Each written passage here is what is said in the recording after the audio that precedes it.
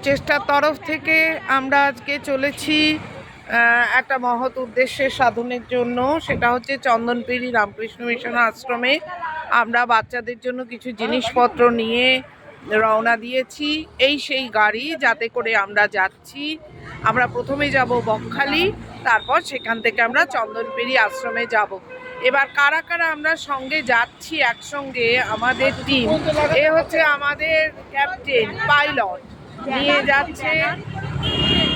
এই হচ্ছে অনুলেখা, এই হচ্ছে মিতা, এই হচ্ছে সর্বাণী। ঘুমাচ্ছ এখনো? ঘুমিও না। এই হচ্ছে দিদি আমাদের কাকলি, অরবি আর মাসিমা আছে, শিলা, আর ওপাশে আমাদের শিখাও আছে, পূর্বাও আছে। পূর্বাকেও একটু দেখিয়ে দিই।